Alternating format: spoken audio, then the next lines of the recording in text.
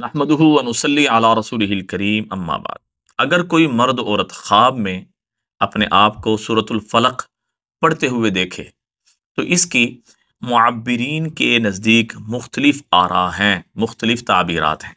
हज़रत अलामा इब्न सीरीन रहमतुल्लाह अलैह फरमाते हैं, जिस मर्द औरत ने यह देखा कि ख्वाब के अंदर वो सूरह फलक की तिलावत कर रहा है या कर रही है, ये इस बात की अलामत है कि कोई अपना या पराया इस मर्द औरत पर कभी भी जादू नहीं कर सकेगा।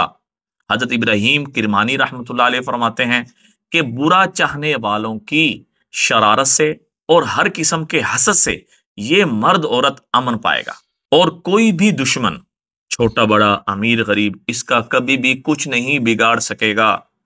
वैसे भी जो मर्द औरत सूरह फलक की तिलावत करता रहता है, हर नमाज के बाद इसको 3 दफा पढ़ता रहता है, तो ये जितने भी फायदे आपके सामने बयान किए गए जो ख्वाब में देखने से हासिल होते हैं, ये हकीकत में भी हासिल होते हैं।